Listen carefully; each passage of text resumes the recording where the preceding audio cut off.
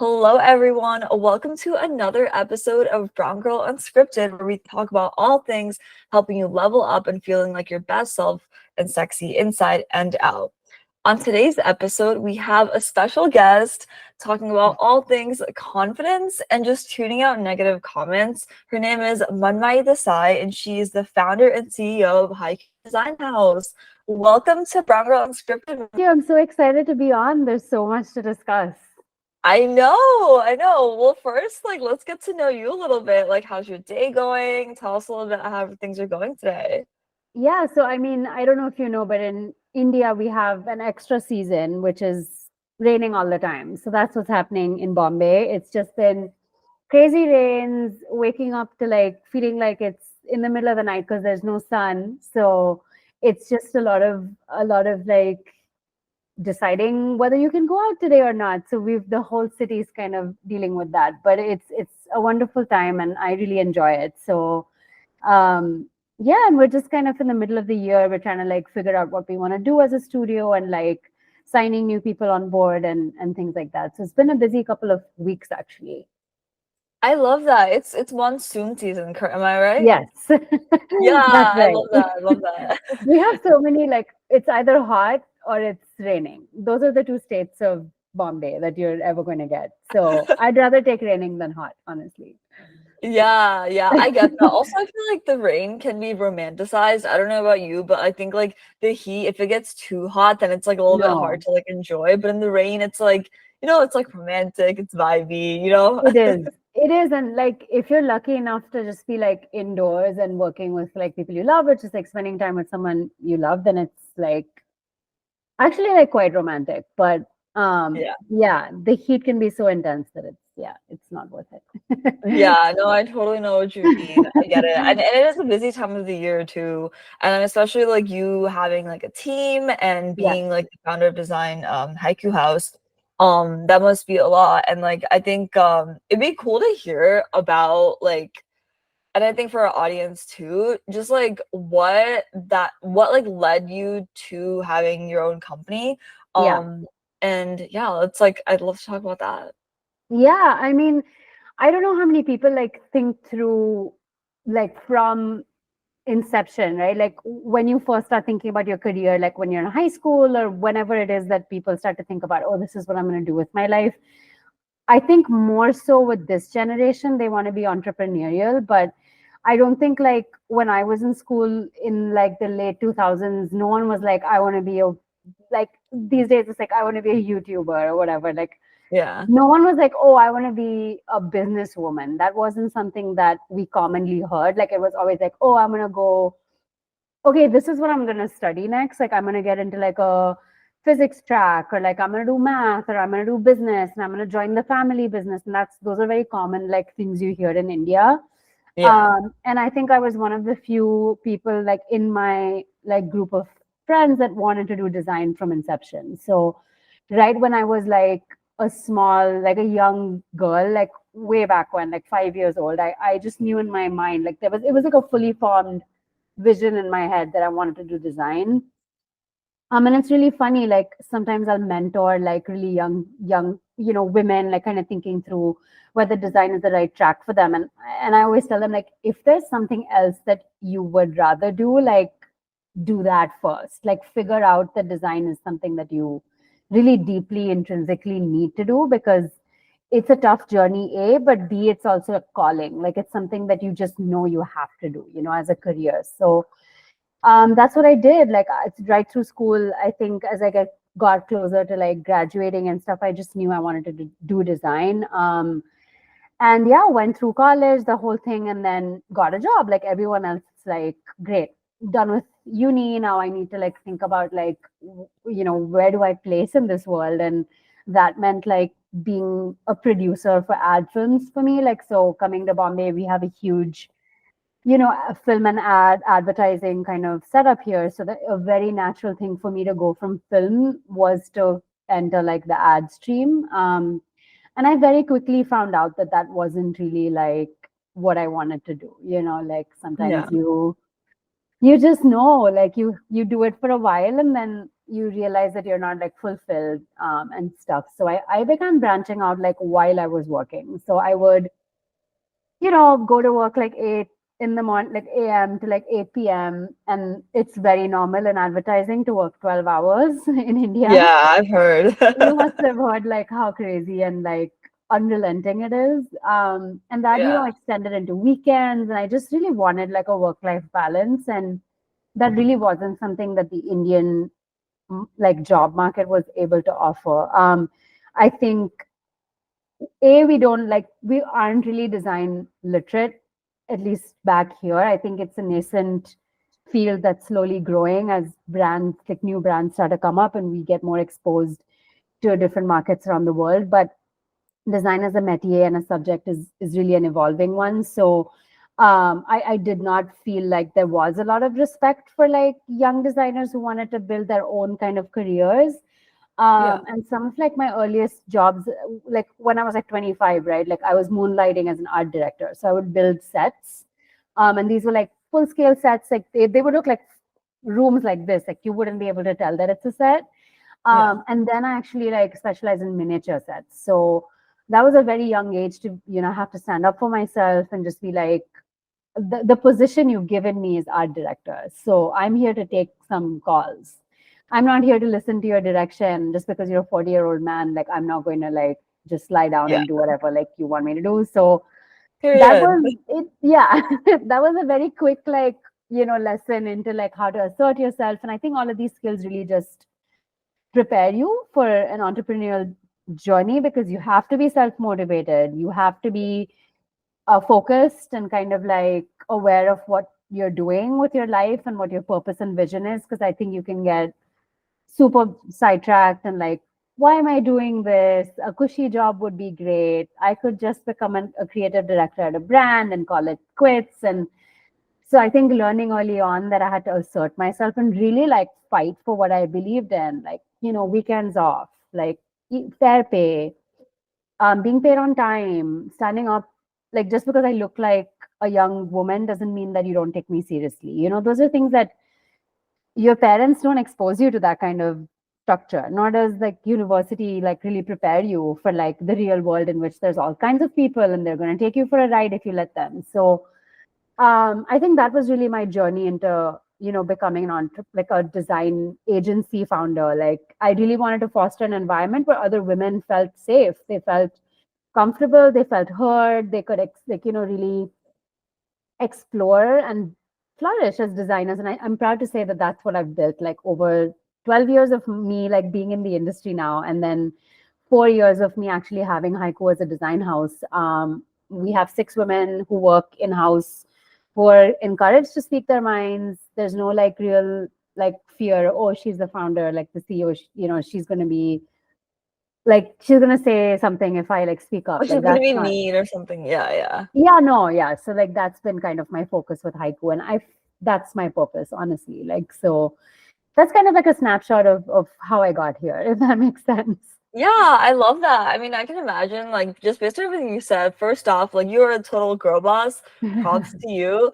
But also, I mean, like, I feel like, I think I saw this quote somewhere, but it said that, like, entrepreneurship and just career in general, like, is like a massive self-development journey because, like, the way that you even described everything, you're like, yeah, I learned so many lessons through this and I learned about who I was, etc. And, like, I think, like, it's like super easy to like when you are like starting an early career or like even like I mean people who are like 40 say this too. It's like it's so hard to like actually listen to yourself the way that like you did, like you were like, no, I'm gonna assert myself, like, no, I don't like this, I don't like that. But I think sometimes like and I say that even in my like own generation too, it's like people will just like stick to something that they hate because they're like, oh well, like I don't know, and then they're like afraid to like branch like out and stuff, and like you've definitely branched out, you've explored different options, whether like even like I think like creative director, is that something that's like correlated to like your major per se, or you kind of like stepped outside of that, or was it directly correlated to what you studied No, in it university? wasn't. So I actually just learned how to make films. Like that was my 4 years of education was spent just like learning how to shoot a film. Like so if I wanted to get into filmmaking, that would have been like a natural track for me, like off of university. But that really wasn't like something I was uniquely interested in. But I will say there is a added benefit to doing something you're not already good at in college, because it's like if you're really good at graphic design and you do graphic design, you're not really adding a new facet of or new skill. If you do something that you're a little uncomfortable with, then it's going to Yeah. force you for 4 years, right? Like a 4 or 5 years, whatever your track is, it's going to force you to use your brain and creative skills in a different way that you didn't understand. So I'm really grateful and thankful that I ended up doing film, because like it just taught me how to tell a story, and I use that today. So no, Yeah. creative direction isn't like my natural track. It's a skill that I developed over like years of branding and design. Yeah, yeah. And I mean, like, you learn how to learn also. I think that's a big part of it, like in college in general. Can you tell us a little bit more about like your confidence journey in general throughout this entire period? Because like I think like that's something that like what I said about people like kind of struggling with that and being afraid to branch out. I think so many people are just like straight up girl insecure as hell, you Yeah. know? Like you're like, I can't do this, I'm not good enough, da da da, like all these things. And then you don't do what you want to do, and you're just essentially settling for a life that like you don't want because you didn't even like think about, you know. And so yeah, I love to like hear about like for you, like what was that confidence journey like on a personal level? Like we heard about career, etc., and I think you're doing Yeah. amazing, but I think like it extends beyond that, because I think when you are personally thriving, it you thrive more in your career as well, right? Yeah. And I mean, you're a founder, you get that, like so yeah. Tell us a little bit Yeah. more about like yeah, like the confidence journey that went into that, you know? Yeah, for sure. I think it's like for me, removing my identity from my work is really difficult. It's been a recent journey, actually. Like, Okay. it took me 10 years to build what I've built. So to really take a step back and be like, if this was not there, if this like vanished overnight, like if I just found myself on an island, just like not able to be a designer, be a founder, who am I? Like, am I still this confident person who like asserts themselves? Am I only asserting myself at work? Like, is that just like, a medium for me to like channel my confidence and like be like, okay, I have, someone to stand up to at work. So like that's why I'm doing it. Or is it just, and it's not really about conflict. I'm just saying in general, like just standing for who you are as a human being.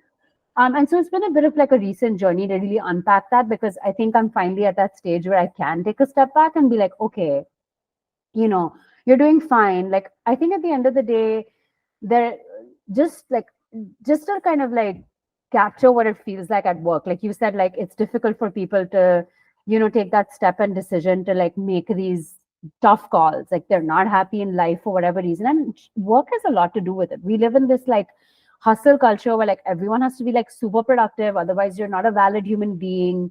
There's Yeah. no like Even European socially, French. that's like a kind of a thing. Like it Huge. feels like that. Yeah. Yeah, like, oh, if you have a friend who's just like taking it easy, it's like they're a loser. But like, we really need to like reframe how we view like winning and losing. Like, I don't see it as And you could success. be, Yeah. yeah, it's stressful and you're just adding a lot of like random stress to yourself that you probably don't need to. I think it's like, yes, it's important if you have a calling and a purpose to do right by that. If you have like a reason to like achieve whatever that notion of success is for you, what's the worst that can happen? I feel like most Yeah. of us are privileged enough to like wake up in the morning and still have our family, our friends, and they will like they won't judge you for like doing what you love. They're gonna judge you for being stuck, maybe that's Yeah. not good. Nobody should judge you, but I'm just saying, like, they're not going to judge you for giving it a shot. I respect so many people who start things and they fail, because I think that's natural. I think it's normal to fail.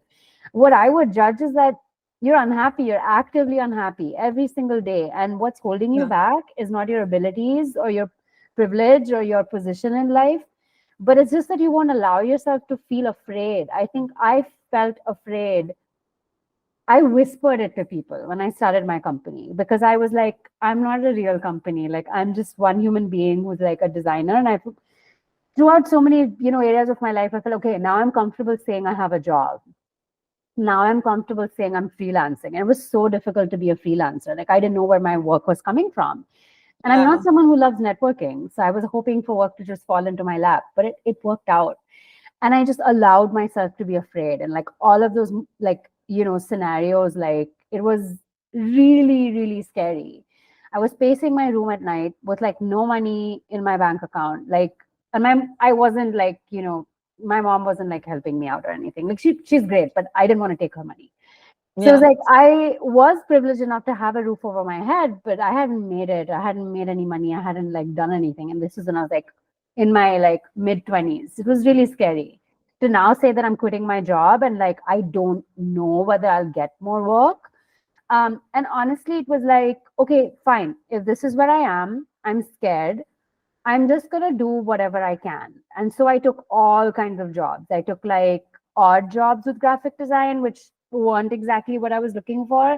And I picked up skills in each one. Like I picked up like what were my boundaries? Was I okay being walked all over like every weekend when I had to work? Like, no, I was not Yeah. okay with that. So after a couple of years, this wasn't like project on project that I learned, right? Like it took me years to like articulate that I was being taken advantage of, or like someone was speaking rudely to me or whatever. But I think it's like even with personal confidence, even if you like separate your personal and your work identity, I think that's what it is. I think it's that feeling of being afraid in the moment that you just have to, and then remind yourself like this is, I'm not like killing someone, like doing some awful thing. Like I'm just trying to be who I am, like truly, like with my own self and my identity. Like I'm just trying to figure that out. And it's okay. It's okay to like, be afraid the entire time. So I Yeah, I totally get you. that's Yeah. that's what it was for me. I was just like afraid the whole time. I'm still afraid in some ways. I know. I mean, I don't think the fear ever fully goes away because the levels start increasing. And Yeah. then, like even what you said about like, only realizing you were getting taken like advantage of, or like you're realizing your boundaries at like a later age. Like, I don't know about you, but I feel like for me, like the whole people pleasing thing and just like kind of like figuring out my identity. And even the thing you said about I forgot what it was. Oh yeah, it was like you said that for you, it was like it kind of felt like it was like doing this like quote unquote horrible thing, right? Like when you're figuring things out. And I think a lot of that, like at least in my experience, it has a lot to do with like being like South Asian. Like I love our community, but I think that like there's a lot of like association with like success, like of course hustle culture, but I think it goes even deeper than that for us sometimes, where Yeah. it's like the hustle culture, and then it's like, oh my god, well if you're not like this like super like top thing by like a specific age too. It's not just like, because of course we have high standards for ourselves, but then it's like then there's those other standards where it's like there's like a timeline, which I personally think timelines are stupid. I think that everyone has their own timeline. And I think as long as you're like working hard, going towards something you want, and like you're making it like work, like I think that's all that matters. But I'd love to like talk more about like what you said about like just like only really realizing like the whole identity thing and like really setting up for yourself like a little bit later on, and like the personal aspects of it, because I know like when we've talked like offline about like these confidence topics, like a lot of that, like when we talked about it, kind of had to do with like like your self-perception, like in terms of like even like how you express yourself, right? So it's like let's talk about that. Yeah, it is. I mean, I think like the major difference between like I think the lived experience in the US and the lived experience in India is that we're in auntie land. Like we live in the mothership of all aunties and judgment. So Yeah. it's you're growing up like in some ways like India is growing so fast that like even like Yeah. I think the diaspora can't keep up with like how progressive, I mean, in some ways, in some pockets, like let me not get into the whole thing, but I think the day-to-day like lived experience for a privileged woman in India is net getting better, like I would say, Yeah. right? Um, so yeah, I think it's like I don't know, it's specifically when it comes to standards and judgment and like people's notions of when and where and how you should be successful as a person.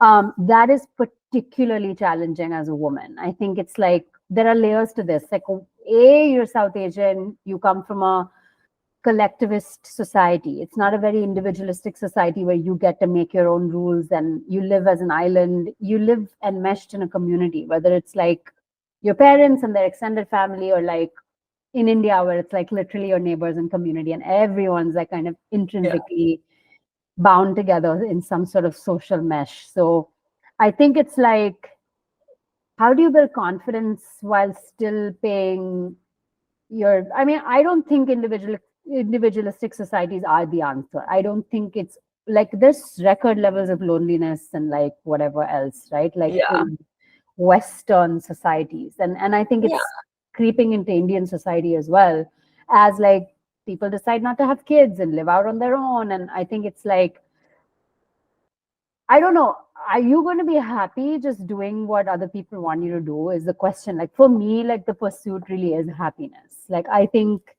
nothing else matters in the face of that. It's like life is difficult either way.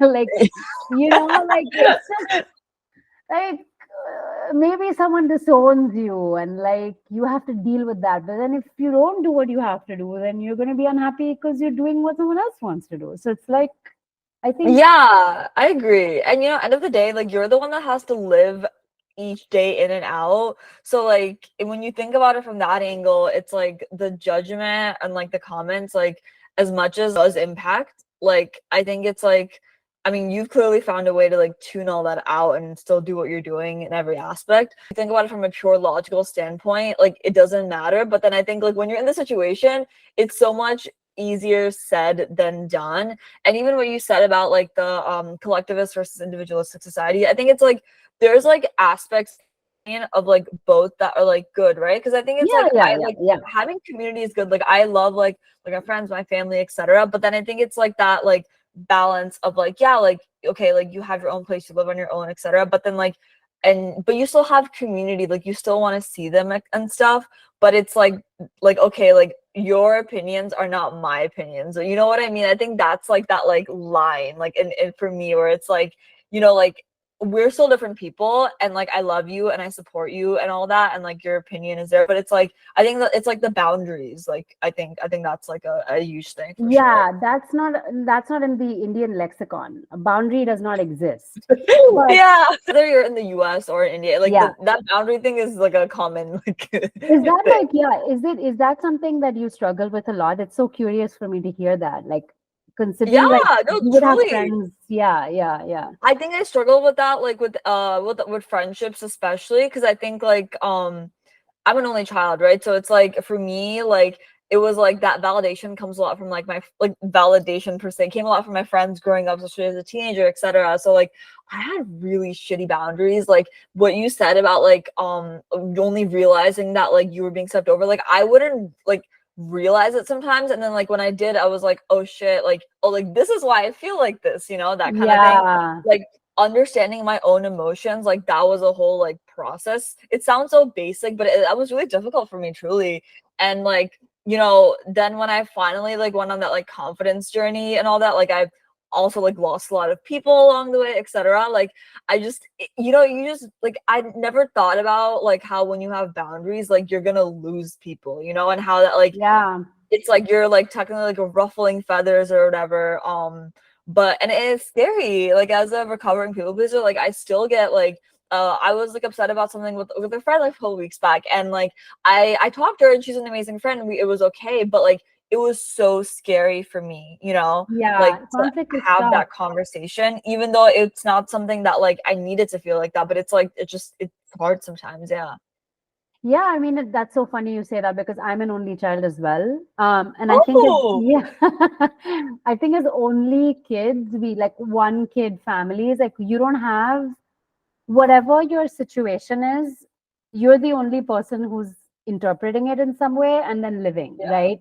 You don't yeah, have a sibling to push back or like there's no like, oh, like the younger one like walks all over mom and dad. So I know they're fallible or like, they were different with the second one. So that's like that helps me understand like that they're not like gods, that their word is like gospel.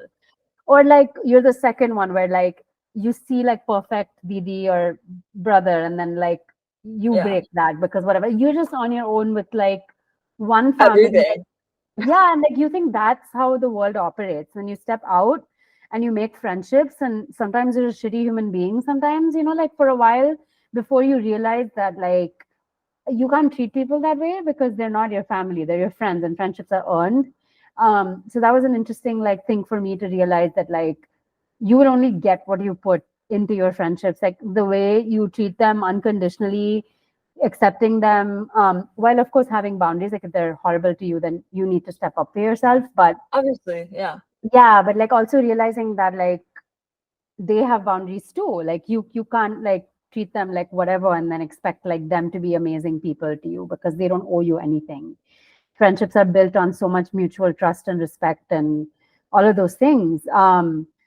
But yeah, I think it's like for me, boundaries have been most difficult with like intergenerationally. Like for me to Yeah. deal with like an auntie or like Like an the older family awful member. older, yeah, like older family members or like older people in general, um I get has you. been like the most challenging. And because they don't understand the concept, like it's like I think peer to peer, like with social media and stuff, we like have a good understanding of boundaries, but Yeah.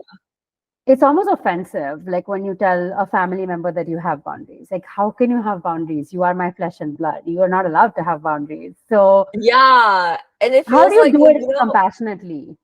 yeah, compassionately. And it's like, sorry to cut you off, but like I just thought of what you said earlier in our conversation about like it feeling wrong. Like I feel like when you try to set boundaries with like again that intergenerational aspect, it's like it feels like you're doing this horrible, like Yeah, terrible thing because of the way that they like will react. you're Whereas then pushing them like, away, or like that's the yeah, perception. exactly.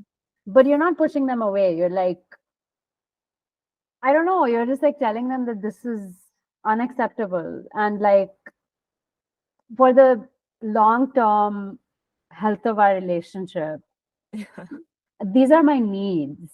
So, and they're emotional needs, right? Like, I think withdrawal is is an emotional need. Withdrawing from someone and expecting them to like understand that you need whatever, right? Like you need the space Space. to dress and act and behave and do whatever it is that you want to do as a human being, as an individual, is withdrawal. Because it's like sometimes it's like they expect you to be more involved in their lives, or they expect you to behave in a certain way, and that's engagement and involvement.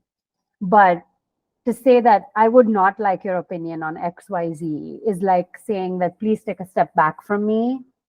um and Yeah. long term, I think that's like a more friction free way of existing in a relationship, if everyone is clear that this is really going to push a button for me and that I'm not here for that like conversation. And I think it's important to be explicit Yeah. gently, but Gently, of course, yeah. But I mean, even that learning how to gently do that when like it's if tough. the topic is super triggering, like I know for me, like it's been sometimes triggering in the past to like express to like older like people like parents, etc. Like about like, hey, like if it looks like I like gained weight or lost weight or like I'm wearing something you don't like please don't say anything. It just makes me because like I think Ooh, it's like we're always on our the way you got triggered, you're like, girl.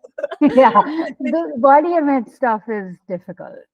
It is, yeah, because I think it's like, and the most of it happens, I think, when you're a teenager, and it's like, it's funny because it's like on their end, it's like, I feel like society is like so different than when they were growing up. When my parents talk about like when they were growing up, it's like, I'm like, what the fuck? Like, you know what I mean?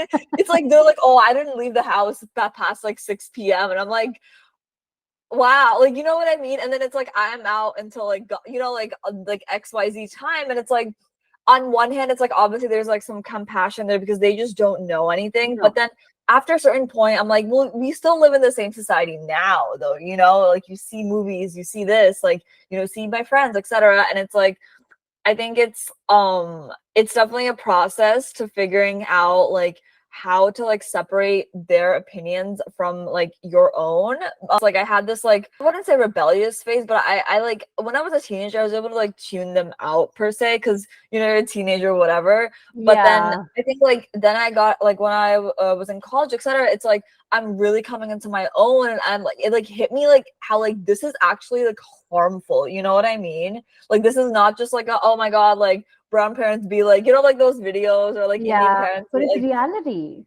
yeah, and like yeah, I mean, what was that like for you? Like, and like even learning to like tune like that out, because I mean, I've learned it now, but it was really hard to do that, like really hard, especially as an only child. Like you Yeah. like grow up with your parents like being like kind of like the only in your childhood, your only people other than like occasional cousins or like friends. But when you're a little kid, like you don't have like real emotional connections with friends. It's not the same No, thing, right? your parents are your world. Your family is your Exactly. world. Yeah, yeah. Your friends are like there, but the people who provide for you are like the center of your whole being, and that's how you're like connecting with the world. And yeah, that's it's really like the post like teenage, and I moved around a lot, so like I had a lot of different experiences in different countries. That was really an interesting thing because I think I resonate so much with the diaspora because I spent like a short amount of time abroad, like in Dubai, where I was bullied a lot for being Indian. Oh my God, So I think a sure. lot of like, you know how it is, like in the 2000s, we weren't so like woke and like all of that. Yeah, That yeah, yeah. wasn't cool yet. So definitely dealing with a lot of those like kind of notions of what is my identity and how do I exist as a brown person, whatever. Like right when I was like 13, 14 years old, where like the very skin color that I was born in, something I couldn't change, was a problem for the rest of the world. Um, Yeah. I think that's just like, I think that becomes difficult and you have to like make peace with who you are and like really be rebellious and be like, no, I don't care what you think. I still think that I exist and I'm valid and all of that. So I mean, yeah, I think with family, I was very, I had a very supportive family. They weren't like, they pushed me to be creative from the moment I was born. Like that was like, I think the best thing about them was that they didn't put me in a box or say you have to be a doctor, a lawyer, whatever. Yeah. They wanted me to be extremely successful, but like they didn't have any like dreams or plans for me, like a lot of Indian parents do. Like for them, it's like, oh, my daughter will be a doctor, and like that's the end of the story. Yeah. So just off the bat, like I think at least they weren't like that. I think like just with the way the world views women, and you know, India, what it is now isn't what it was like me growing up like in the 2000s. Like I don't think like the general population of India was exposed to women claiming their own sexualities or identities Their at all, bodies. their Yeah. bodies, right? So I think my mom was very protective of that. Like she knew the world outside, especially with her, growing up in the 70s and 80s, where it was a very different time.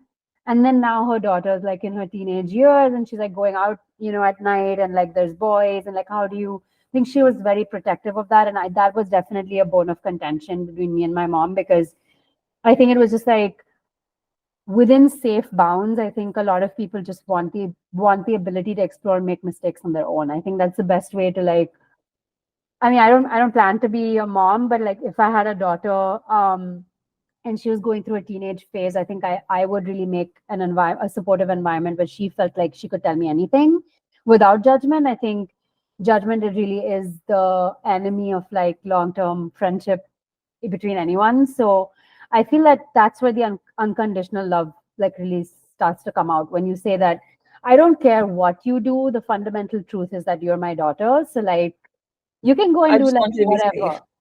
Yeah, I Yeah. want you to be safe and I expect you to do the right thing because I've set you up with all of the right morals and values. But um, that doesn't mean that I project like my fears onto you, like that Yeah. I actively stop you from like going through life like a normal teenager because like I culturally feel judged or I'm scared for your safety. I don't think those things, you need to work on that on your own. You don't need to project that on your 15-year-old daughter who's just trying to like explore. So I Yeah. think like that's the most difficult thing. It's like how do you, and teenagers don't have like the right language with which to cope. You lash out, you're mean, and that Yeah, really, no, literally. yeah, I've done all of that. that really like deteriorates relationships. But I think the funny thing is like I think once I got married, like I suddenly became someone else's like I don't want to say problem. I was never a problem for my mom, but it was like, oh, she like now has a partner who like, like who's gonna take care of her and keep her safe. I think my mom wanted to Yeah. keep me safe. And then she's like, here, you keep her safe. And I was like, Mom, I can keep myself safe. I can do this. Yeah, I am capable of buying property and like voting and like whatever yeah. else. I'm capable of taking care of myself. Like, I don't think they can like let that go. We're always like these delicate little like puppy dogs that can never grow up enough.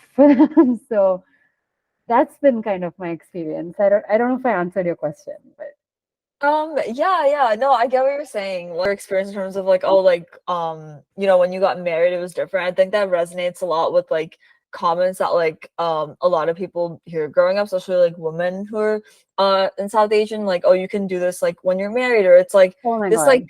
even like insistence on like getting like married. Like, I think my like parents are like pretty good about that, but I remember when I first graduated college, I talked to my grandma on the phone, and she's like, yeah, so like now what's your next step? And like she's not talking about my job. It's like the whole as women, you can Yeah, only exist as a exactly. you can only exist as somebody's something. You can only exist as somebody's like daughter or like wife or mom. Like what is like you just exist without being somebody's something unrelationally just as a human being? I don't know. Yeah, That's no. what I find really upsetting actually.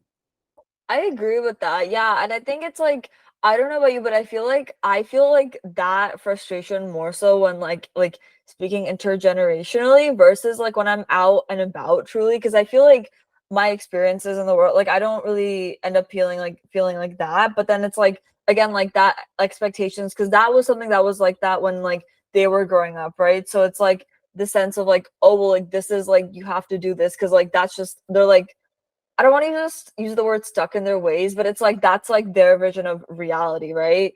And so they're kind of like I guess making that recommendation based on that.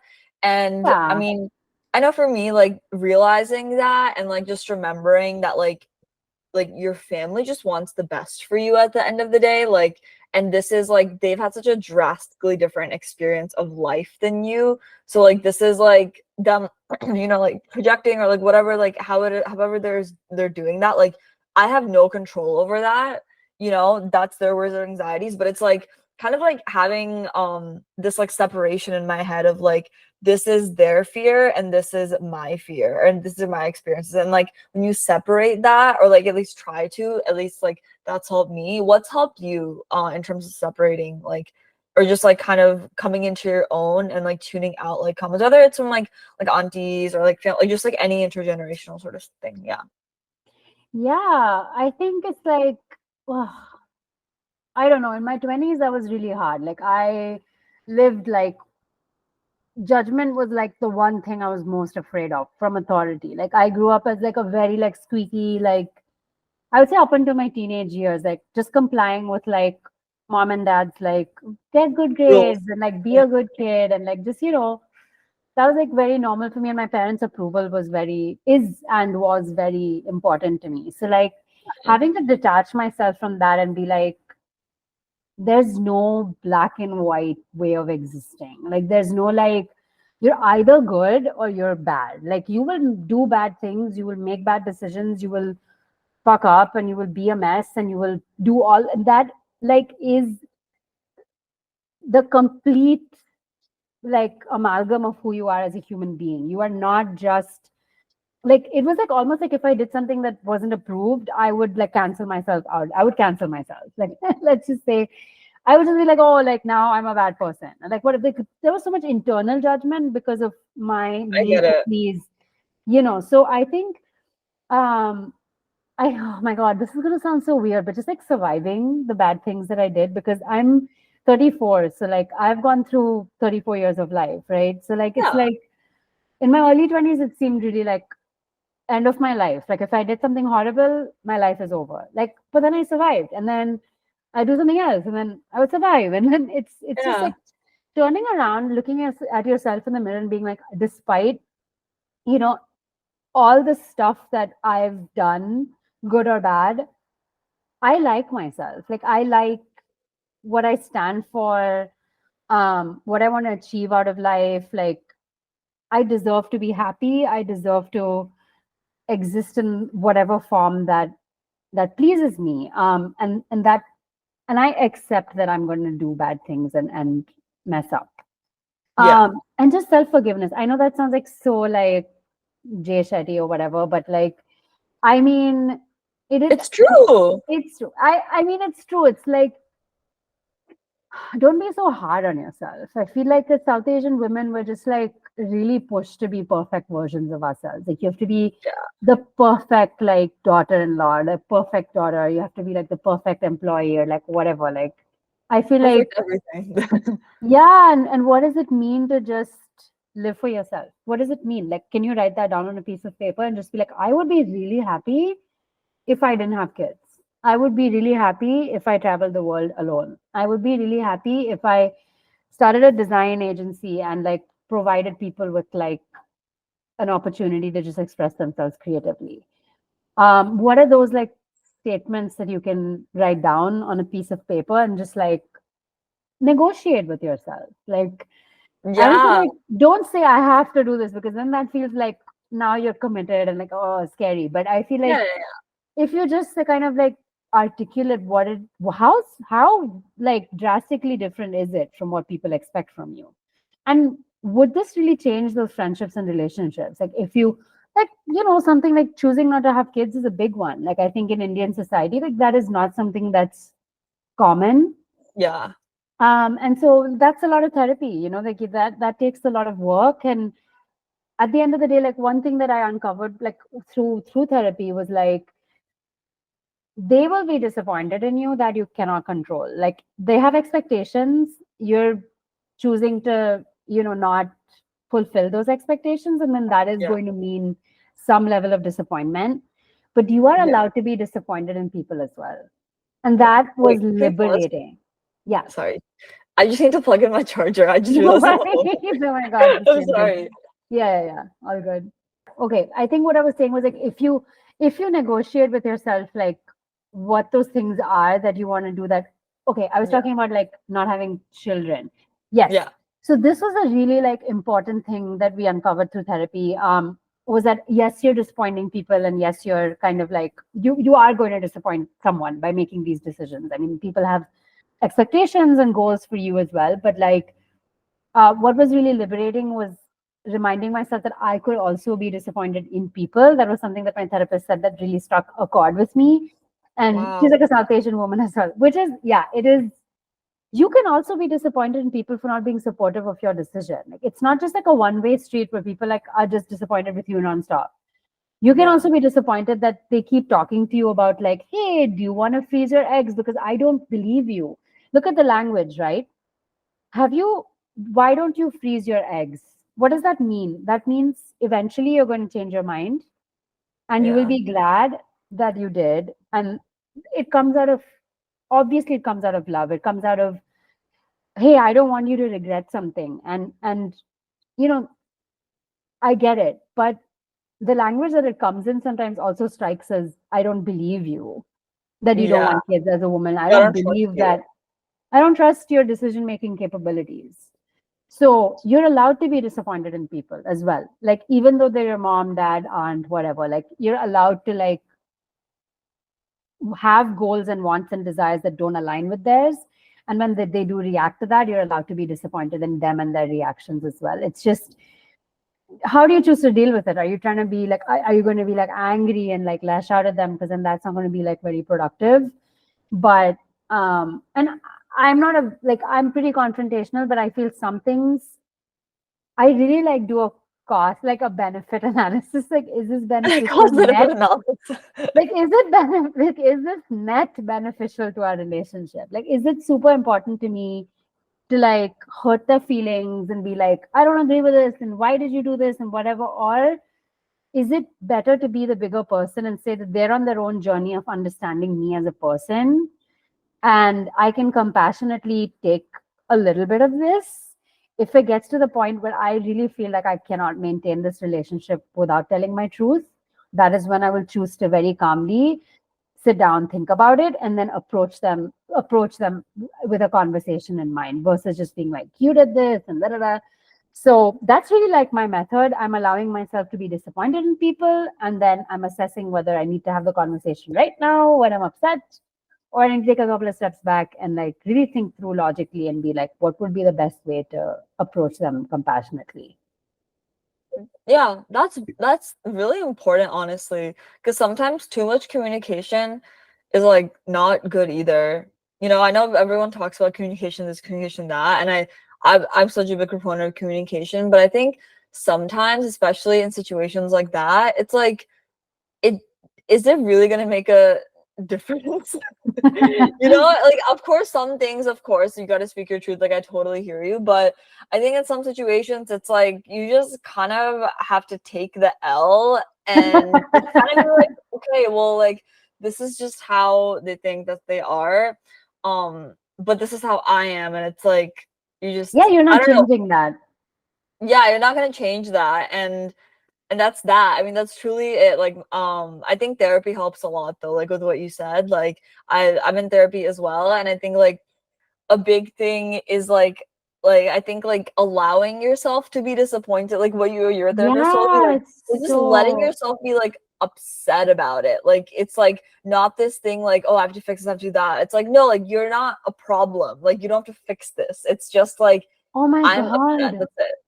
This notion of like having to rush and fix people, like you're not always the reason, for like things going wrong. So chill. Yeah, Sometimes that people let time take its course and like they will come around. Like I feel like that like I think it comes out of a place of in confidence, like a lack of self-confidence when you constantly have to bring people over to your side.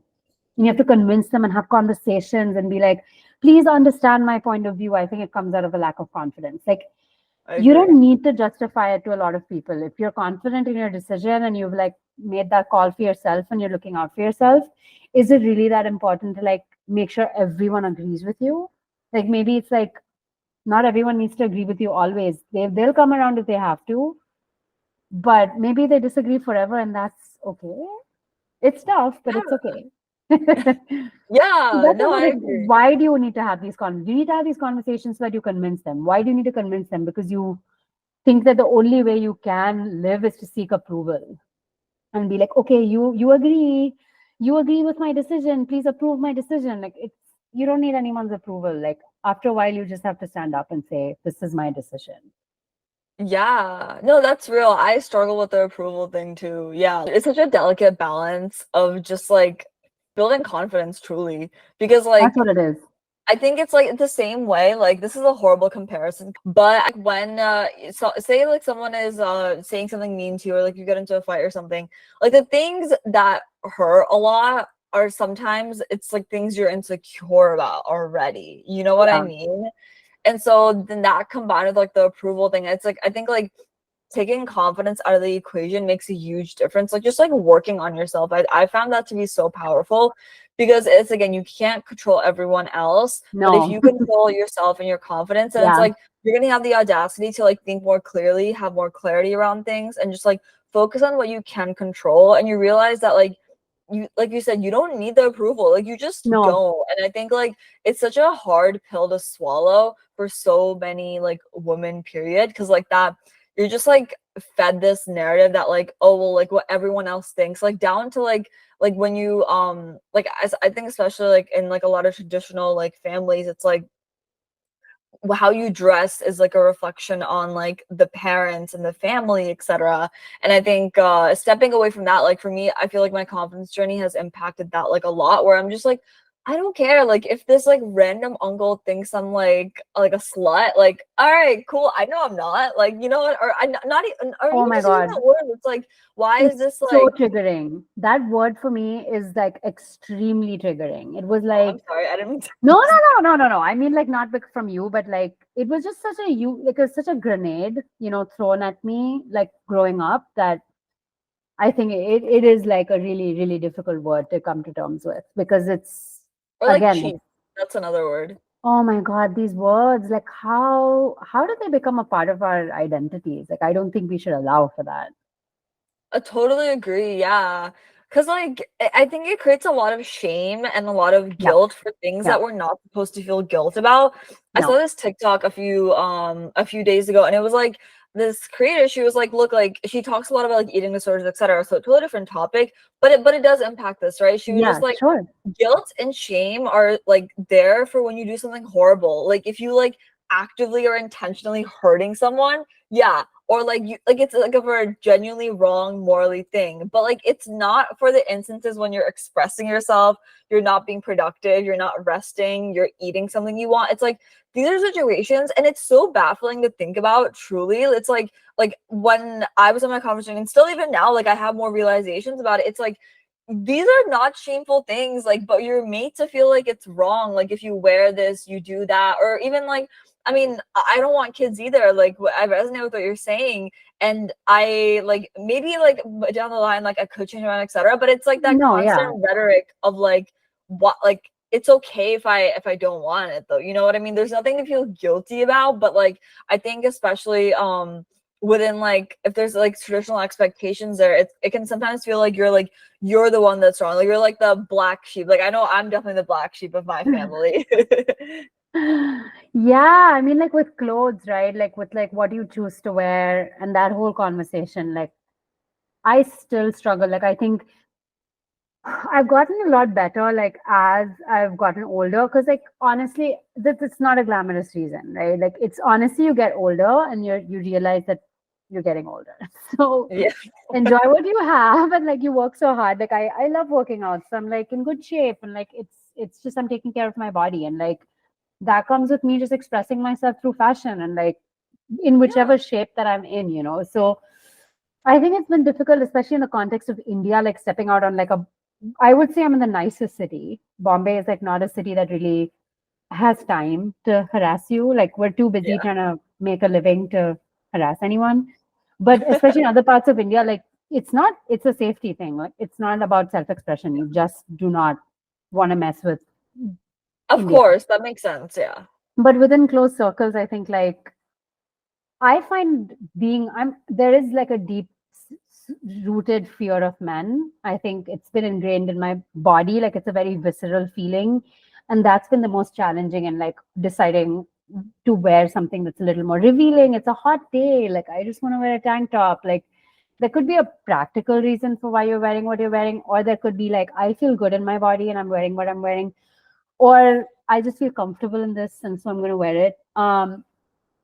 I just have found it very difficult to remove the fear of men from that equation. So I've been very protective of like that. I don't know. It's so difficult. Like, and then to constantly remind yourself that you are safe when you're in like known company and you're protected and like um that's been kind of a journey for me and I'm still working on that. So it's funny that you say that, but like uncles can go to hell. I don't care about uncles. Yeah, yeah. No, I know what you mean. I think it's yeah, because yeah. That's I mean the It's whole fear of scary men to is be a like, woman. It's just huh? scary. It's scary to be a woman, is what I'm trying to say in this world. In the Yeah, I US think too, that like I don't feel particularly different when I come to the US. I feel sure. I mean, I could be a little less like on my like guard up I vibes, mean which there's I have bad in things India, happen but everywhere. It's I don't bad think things the US. happen to women all the time. Yeah. Yeah, So exactly. Yeah, this is how it exactly. is. But yeah. Yeah. So No, I hear you. And I think especially it's like you're if you're always like exposed to like if you're like hearing different things, it's like it can definitely just be like kind of hard to like tune that out. Like that combined with like the approval thing for sure. oh yeah. That's not fun, I can imagine. No. How do you deal with that? Like how do you deal with that and still like just I don't know, like I mean even with the business you have, it's like you're always creatively openly expressing yourself or even I mean living in like I feel like Bombay's like a pretty progressive city, Yeah. etc., like yeah, like how has that been like kind of like differentiating like okay here I can do that, like yeah I'm scared, but like and then like with other like whether it's like I don't know like a family event or like maybe like you go to like a smaller like village or something or I don't know Yeah. like yeah how is that? Because I think like environment to environment there's so many factors, right? Like Sure. Yeah, I mean, like honestly, like I said, like going to Delhi and wearing a tank top is not a wise decision. Not for the woman can wear, like whatever. I don't have. There's no like moral judgment from my side. It's just a safety thing. I think the reality of India is that we have different pockets of progressiveness, and there are the vast majority of India is still yet to be exposed to feminism and freedom and just like women being whole human beings and not your glorified maids and baby making machines. So I think that's Yeah. a blanket statement. I don't think everyone thinks of women that way, but I'm just painting a picture for like the lowest common denominator that you'd be up against if you were wearing something suggestive in Delhi. But um, I think in Mumbai, like honestly, me finding my community of friends, especially female friends that have challenged my own internalized judgment towards my body and like clothing and like what I wear and what I choose not to wear. Holding a mirror up to that and saying that, like you're you're safe, you're fine, like you're with us. We've got you, like them dressing a certain way and that being, kind of like an Normalized. yeah, like that. You see it in front of you, like people being free with themselves and their bodies, and it gives you permission.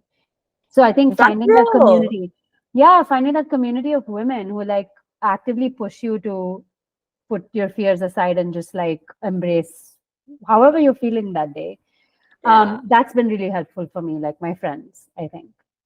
Yeah, friend is such a superpower, and I think it's like it's so important to find like that like group or like just like having pockets of friends that do make you feel like that because I think it plays a big journey in you feeling more confident because I think like it's like there's a confidence like you have internally, but then like how that confidence looks like in different relationships is also so different. So I think with friendships like has that ever been something that like did you like always have really good friends? Like how like what was that like in terms of Yeah, the I mean, confidence? I moved around a lot, so I learned how to make new friends fairly easily. Like I knew that like I could get into like a classroom and just make friends. Like that was fine for me. Yeah. But I also for a very long time didn't realize that you actually had to keep in touch with people like once you moved away. So Yeah. I would just have like new friends like all the time. Like I would move somewhere and I would just make new friends through school. But the thing about like growing up is that you no longer have school. You don't have university or college, like or uni or whatever. Like you're going to leave that behind, and then if you don't like actively, you know, build a community, like as someone who doesn't want kids, or I'm going to be like reliant on my chosen community. It's not like my community of kids and their kids, right? Like it's not family.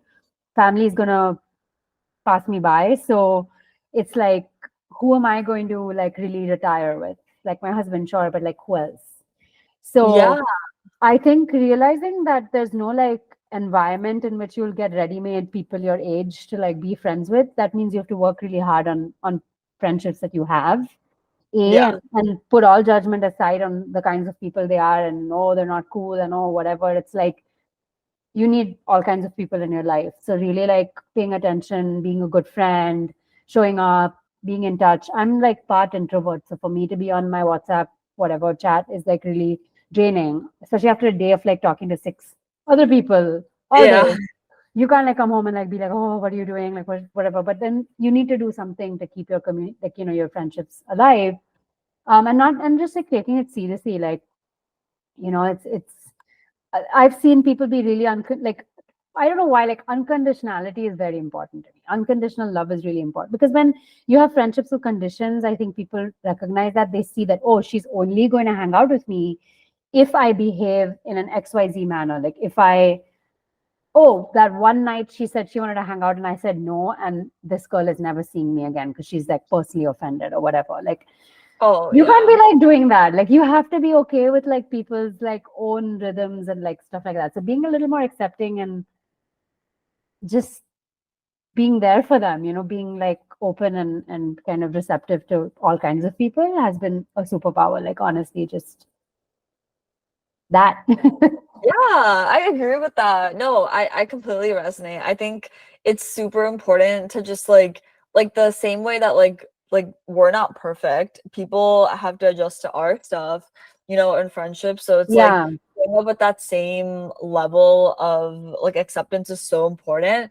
I think I think it's like a balance of like that, but then like also what's the word? Like I guess like the statement that like the people you're closest with define like who you are in a Yeah, way. Like yeah, I personally do believe that. So I I think like yeah, yeah, it's like I think like it's like that's important. Like I think there should be like a baseline of like okay, like this is like I think it's just like in the direction you want to go and etc. But then like I think beyond that, it's like everyone is different, no one is perfect, and I think it's like so important to keep like an open like mind when it comes to that because I think like it's like I mean especially in like teenagers etc. It's super easy to like be judgmental etc. And then like I think as you like kind of get out of like college, at least like that's been my experience where it's like oh wow, it's like you know what like to build like a relationship, friendship, whatever, where you can be like super safe and like have that, like you said, like retire together, like be like that close, like that requires like being able to just like feel so comfortable with someone else's imperfections, which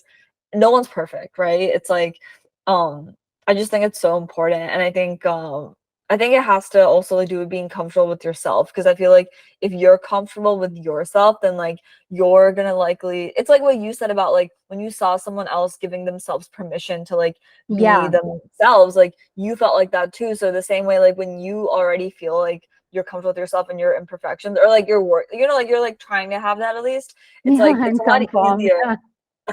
Yeah, I mean it's not easy. It's not easy. And No, then no. yeah, And I yeah, think like people like obviously not everyone's going to be a good fit for friendship, right? Like some people yeah, just don't like vibe and it's okay.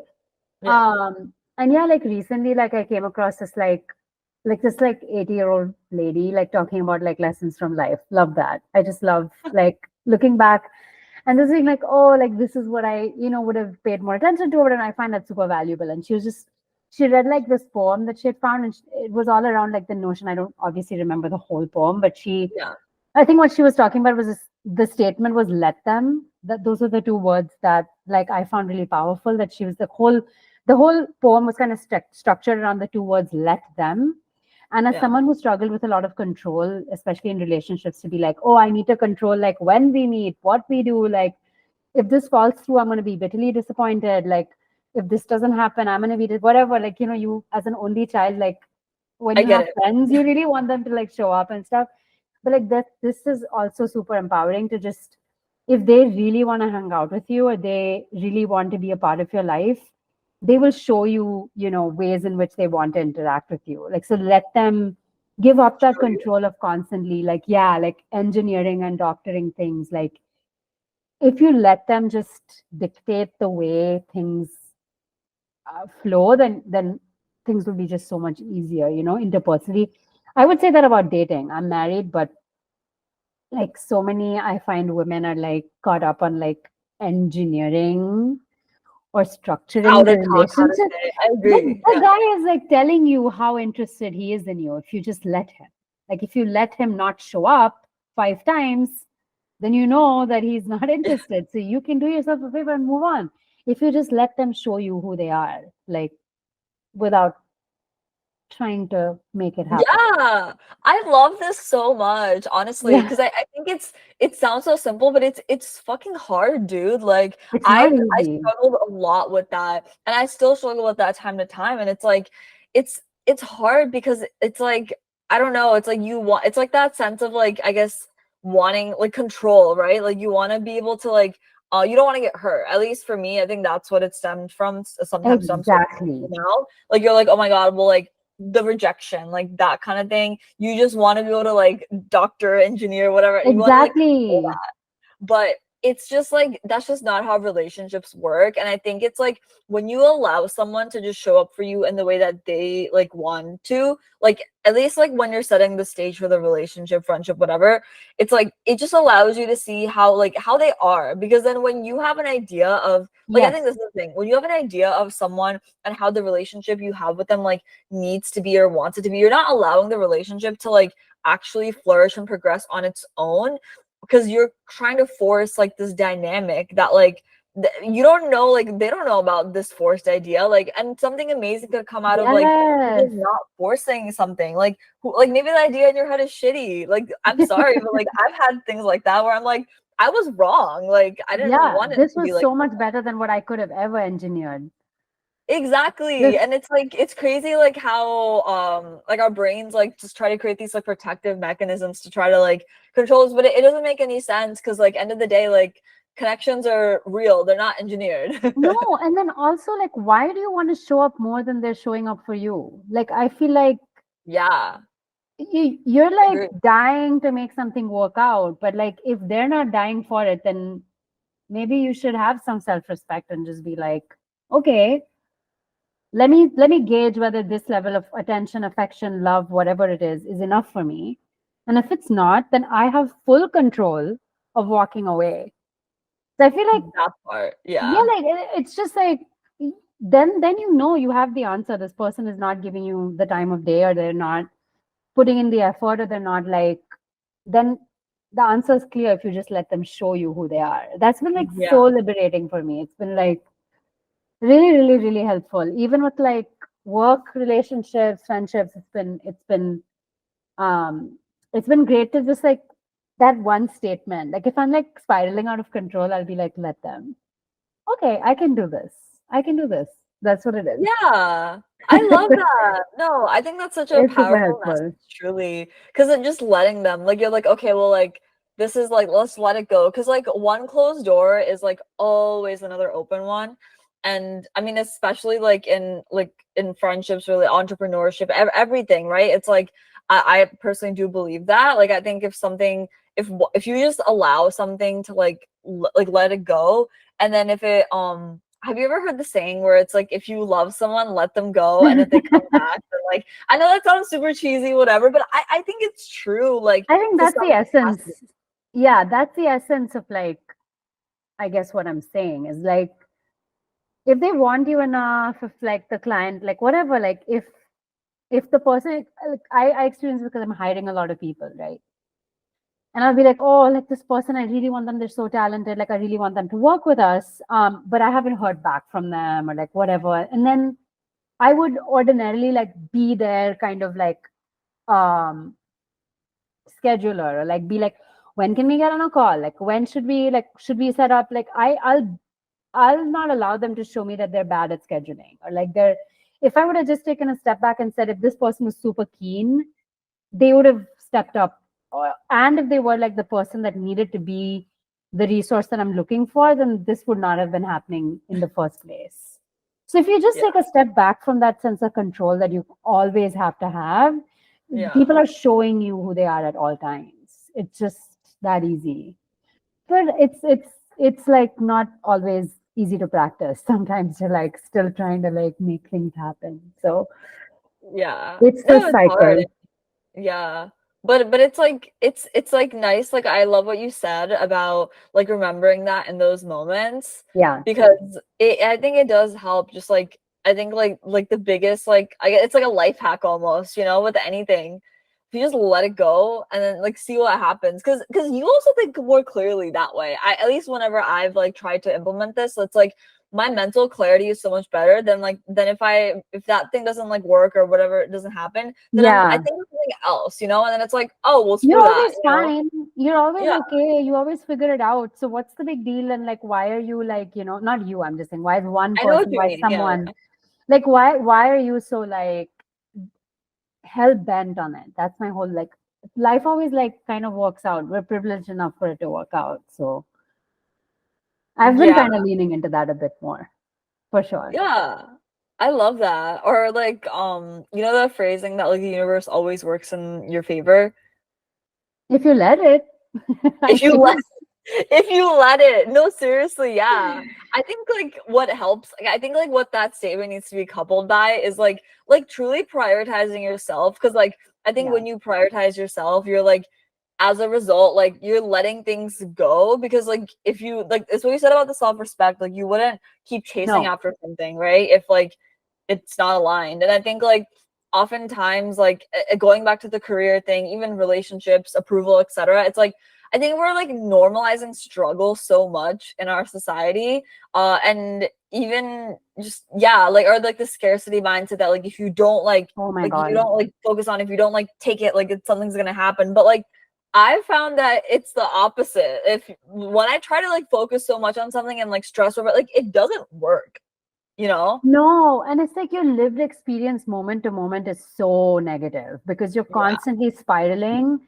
And what you only really have control over is your current like state of mind. You cannot control like the future and what's going to happen, and you can make good choices, but like I really found like, yeah, like I really have to focus on my day to day and being like, okay, what is it right now that I can do to um be happier and like meet all of my goals? Because I think it's like also the stage that I'm in, like at 34 I've achieved some of the things that I wanted to achieve, but there's so much more that I want to achieve. Of But it's course. it's it's also like, as someone who is married and who like has the career and whatever, all of the things that I wanted when I was younger, it's like now setting Period. new Yeah. goals. Like it's like now what is it that I'm chasing? Like what is my goal? Like it feels kind of, I don't need like more money. I don't need to be Elon Musk. Like I don't need to make $1 billion. Like that's not my goal ever. It wasn't to begin with. But now that I'm comfortable, I'm thriving. It's almost like it's so like upside down. It's like I'm happy. Now what? Like now what do I do? Like what is my purpose? So I think everyone goes through that like at different stages. Like I think maybe at like 10 years from now again, I'll be like, okay, now do I want to like whatever? Like there's different goals. So it's like, I don't know. I think it's important to like reflect and just be like, what truly makes me happy and what am I here for? And as long as you kind of pursue that, you kind of feel a little better about yourself and your self confidence, and it's all interconnected, I feel. Yeah, I love that. Well, we're getting closer to the end of the episode, but like usually on the episode, what we do is we end off with like something that the guest wants to leave the audience, or like a tip, advice, or just like a kind of message, or maybe something that they wish they knew when they were younger, something like that. Anything. Ah, There's okay. no Yeah, like pressure.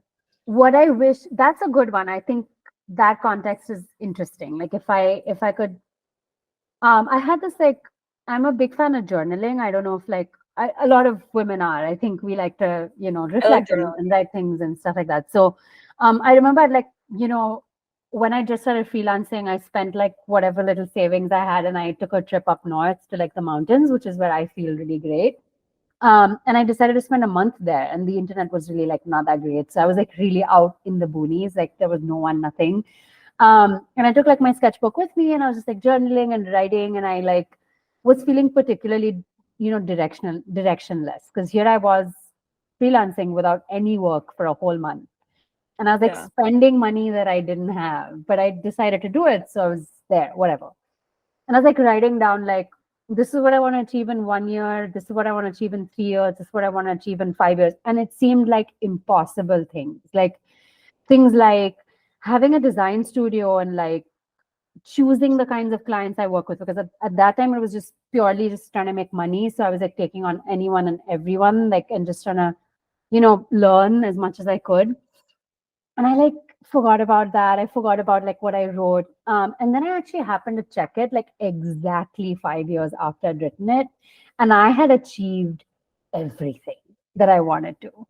So it's like if you just Let it believe, go. yeah, let it go, believe in, I mean, is that the TLDR of this whole conversation? I don't know. But like obviously like I appreciate that I articulated what it was that I wanted to do with my life, and I really wrote that down, and I made a commitment to myself that I deserve these things. And I found that's been such a powerful tool, like just articulating what it is that you want out of the next 10 years of your life. It can be big audacious goals, but like sometimes when you check back in 5 years, you've actually done it, and then that builds a lot of like faith in your own abilities, because I forgot about the book. Like I didn't even know that I was actively working towards those things, but I just had an inner navigator that was just taking me towards those things anyway. So that helped me calm down a lot and be like, okay, I got this. So I would Yeah. suggest you write down what it is that you imagine your life being, like in like increments, like 3 years, 5 years, and 10 years. Don't even track it. And then in those, like if you happen to read it that many years, send like a mail to yourself in your inbox, like renew in 3 years. Yeah. And then just see like if you're happier than what you imagined, like that like projection to be, or have you Yeah. achieved everything? It's a powerful tool. I love that. I think that every single person I know, or even what I've seen on social media, when they do that, it like always works. I don't know if like you're making that, known to your own self that this is what I want versus it just being like a thought that you haven't really articulated properly in words. I think Yeah. that helps. And I think it's I also think. like the goals you write down, it's like you're not putting any limits on yourself. It's like what you actually want and not just like, oh, I have to like so it's like yeah, I get it. Judgment free, maybe. I don't know. Yeah, something. I don't know. But I love that. Yeah, Yeah. If y'all are listening to this, take this away and go write down your goals and just, yeah, I think it makes a huge difference. And I think that will also like just help you like have a safe space and let go of like any, I guess, approval or absolutely. anything too. Yeah. For sure. For sure. I agree. Yeah. Well, we're gonna wrap now, but thank you so much for being on the podcast, Manmai. And also thank you to our audience for tuning in and come back next Friday, 8 a.m. EST. And now we will wrap. I love you guys. Bye. And thank you so much, Bye. Manmai. Bye bye.